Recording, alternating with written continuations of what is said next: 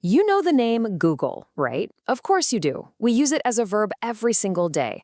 But what about the guy who co-founded it? Today, we're pulling back the curtain on Larry Page, one of the most powerful and, honestly, most private figures in tech. He's the quiet billionaire who literally built the internet as we know it. So let's just get right to it.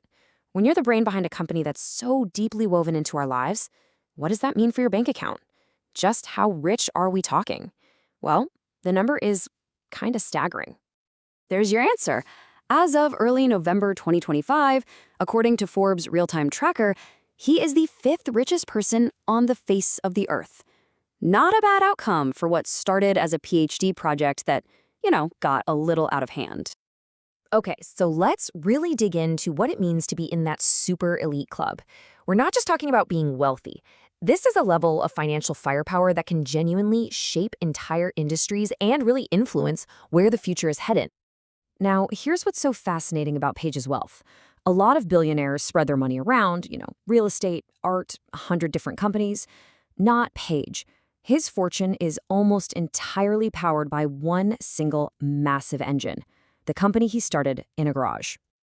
So, how does this all actually work?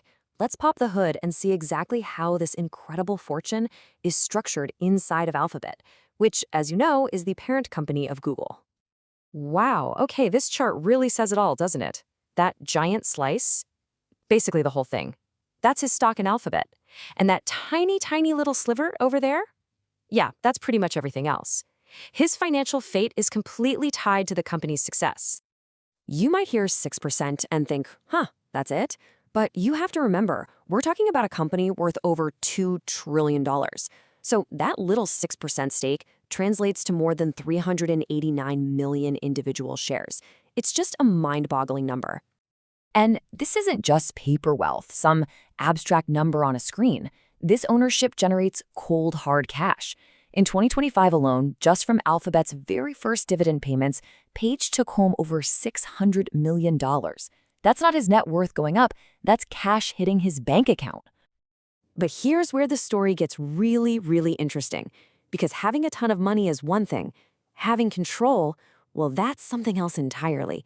And this is the real secret to understanding how Alphabet is run. And this is the central puzzle, right? In almost any other public company, if you own 6%, you're a big deal, for sure. But you don't call all the shots. So how in the world do Larry Page and his co-founder, Sergey Brin, maintain absolute, ironclad control? Well, the secret is all in the kind of stock. See, the shares that you or I could go out and buy, those are Class A or C shares. One share, one vote. Simple. But the insiders, like Page, they hold a special private class of stock, Class B.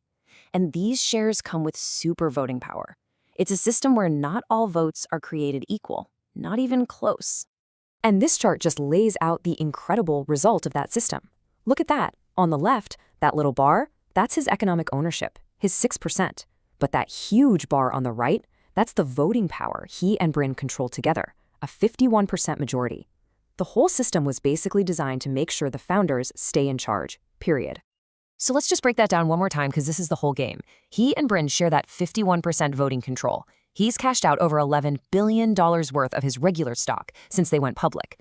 But, and this is the absolute key, he has never, ever sold a single one of his super voting Class B shares. He sells off pieces of the wealth, but he holds on to all of the power.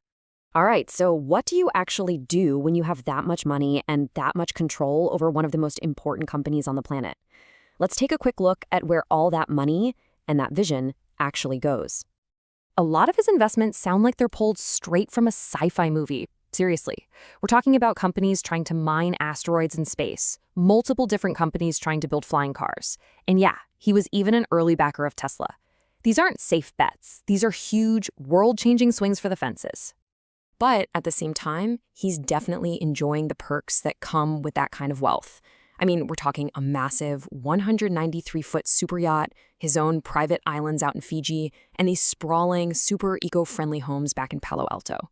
So it's kind of this mix of funding the far-out future while living very, very comfortably in the present.